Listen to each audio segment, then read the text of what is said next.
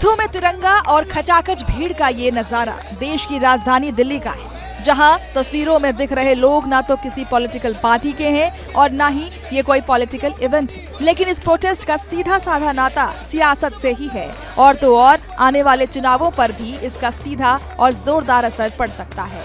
बता दें कि रविवार को दिल्ली के रामलीला मैदान में करीब 1 लाख सरकारी कर्मचारियों ने जोरदार प्रदर्शन किया और ओल्ड पेंशन स्कीम यानी कि पुरानी पेंशन योजना के बहाल करने की मांग की। National movement for old pension scheme के तहत कर्मचारियों ने केंद्र सरकार के सामने अपनी मांग उठाने के लिए रामलीला मैदान में इस महारैली का आयोजन किया, जिसका उद्देश्य मौजूदा राष्ट्रीय पेंशन योजना के बजाय पुरानी पेंशन योजना को लागू करना था।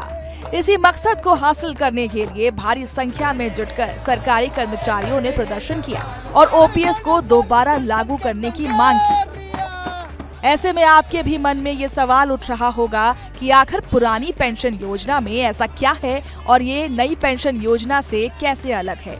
पहले पुरानी पेंशन योजना को समझ लेते हैं। इस स्कीम के तहत सरकारी कर्मचारियों को रिटायरमेंट के समय मिल रहे वेतन की आधी रकम पेंशन के रूप में दी जाती है। ओपीएस के तहत कर्मचारियों के वेतन से पेंशन के लिए कोई पैसा नहीं कटता है।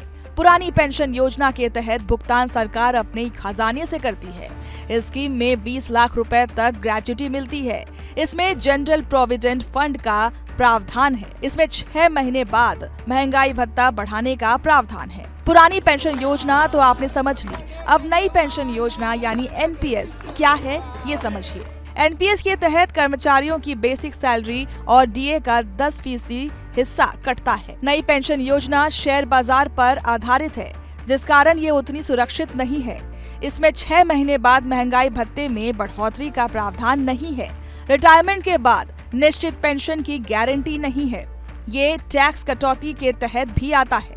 रिटायरमेंट के बाद पेंशन पाने के लिए आपको 40% एनपीएस का हिस्सा एनयूटी में निवेश करना होगा, यानी ओपीएस के तहत कर्मचारियों को एक तय पेंशन मिलती है। एक कर्मचारी पेंशन के रूप में वेतन के 50% राशि का हकदार है। वहीं एनपीएस के तहत कर्मचारी अपने मूल वेतन का 10% पेंशन के लिए योगदान करते हैं, जबकि सरकार 14% का योगदान करती है।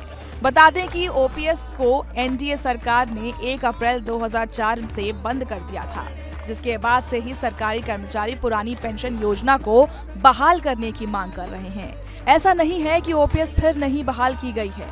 नई पेंशन योजना के विरोध में देश के 5 राज्यों में पुरानी पेंशन योजना बहाल की गई है। सबसे पहले राजस्थान में पुरानी पेंशन योजना को लागू किया गया। इसके बाद छत्तीसगढ़, झारखंड, पंजाब और हिमाचल प्रदेश में ये स्कीम लागू की गई, जिसका मतलब है कि इन राज्यों के कर्मचारियों को पुरानी पेंशन योजना के तहत हर महीने बिना किसी कटौती के पेंशन का लाभ मिलेगा। सरकारी कर्मचारियों के पुरानी पेंशन बहाली की मांग को लेकर विपक्षी दलों की ओर से पूरा समर्थन मिल रहा है।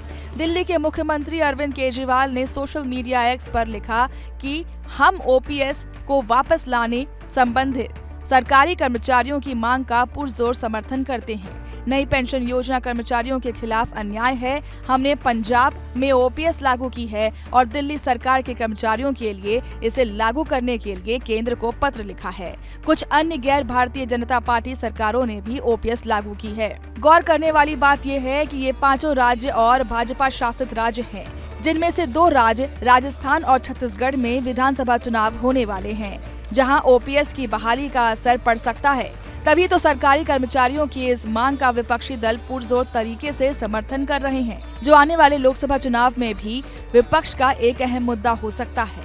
अब देखना है कि केंद्र सरकार कर्मचारियों के इस आक्रोश को कैसे शांत करती है।